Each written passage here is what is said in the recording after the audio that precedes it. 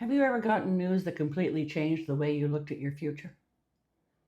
Not just for a moment, but in a way that sent your emotions spinning in directions you weren't prepared for? That's where I've been lately. 2 years ago, I went through life saving surgery and came through it quite well. Last fall, my surgeon told me, "I think you've got this thing beat." I wanted so badly to believe him, but somewhere in the back of my mind, I wasn't completely convinced. Because based on what I had learned throughout this ordeal, is that it was still too early to make any kind of determination about this cancer. Then this spring, during a routine follow up test, I got news I never wanted to hear. And suddenly, I found myself standing in the middle of an emotional whirlwind. Shock, fear, sadness, and an overwhelming feeling of what now? And that's what I want to talk about today. Not the medical side of what happened, but the invisible emotional whirlwind that comes with the news that can change everything. Because people can read a diagnosis, but they certainly can't read the mind of the person that's going through it. The first emotion I experienced was shock. You hear the words, you understand what they're saying, but somehow it just doesn't feel real yet. For me, there was also something else mixed into that shock. I had already been through the surgery. I had made it through the recovery. I had allowed myself to believe that I could finally put this chapter behind me.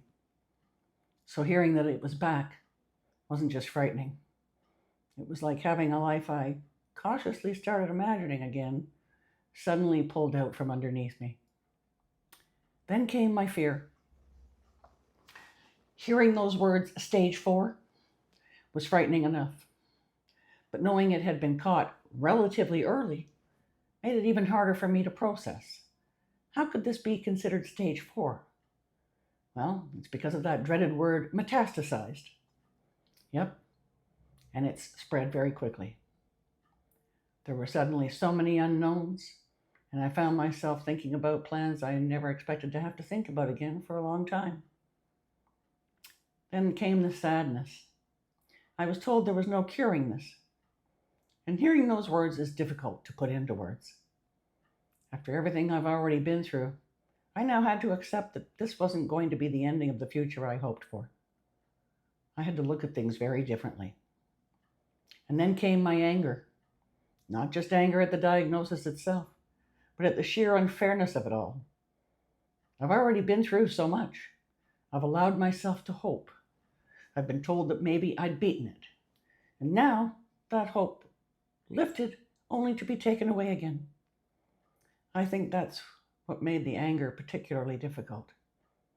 It felt so incredibly unfair.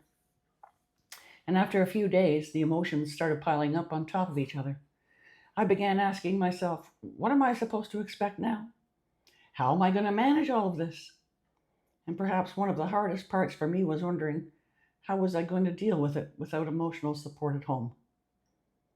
That's when the whole thing started to feel really overwhelming.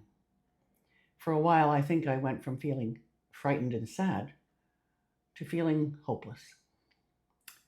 But then somewhere along the way, I've started asking myself a different question. Not, how am I going to handle all of this, but how will I handle this today? And somehow that feels a little more manageable. I think the first thing I've had to do is switch gears.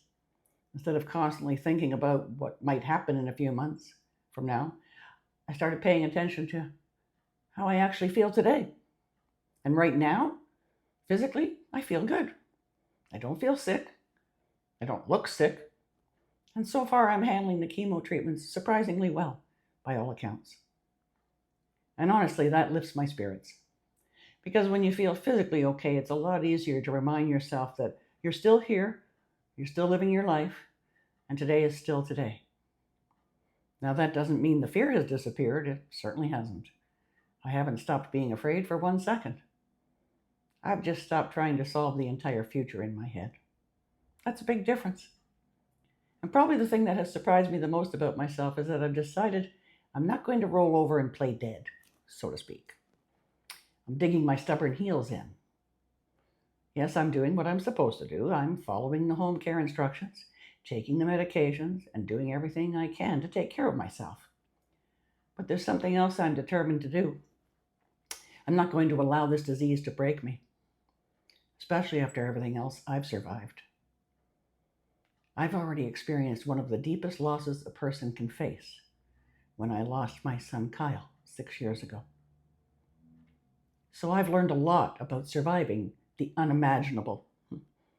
And maybe that's where some of my stubbornness comes from. I'm not pretending this isn't frightening. I'm not pretending I know what comes next. I'm simply refusing to let this diagnosis take away everything that is still here today. And that's one thing I've thought a lot about since all this happened. If someone had been sitting beside me when I first got the news, I know exactly what I would have wanted to hear. Not, everything is going to be fine. Not, you just have to stay positive. No. Rather, I'll be by your side every step of the way.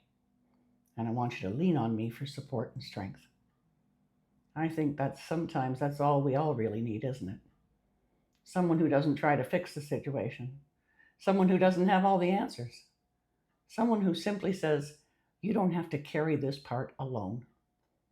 And I think that's one of the hardest parts of an experience like this. The medical side has a plan. There are appointments, treatments, medications, and instructions. There's something concrete to do. But the emotional side, that's a whole different story. There's no instruction sheet that tells you what to do when you're frightened at 2 o'clock in the morning. No medication that can make your uncertainty disappear. And no appointment where someone can simply take the fear out of your head for you. That's the invisible part. And maybe you're dealing with something completely different. Maybe it's not a diagnosis. Maybe it's grief. Maybe it's a significant relationship falling apart, or major financial crisis, chronic loneliness, or something nobody else knows you're struggling with. Whatever your invisible emotional whirlwind happens to be, I think there's something we have to remind ourselves of. We don't have to figure out everything that's ahead of us right now. Sometimes the question really is, how will I handle this today? And when you don't have someone beside you saying, lean on me, I think you have to learn to give some of that support to yourself. For me, the first thing has been patience.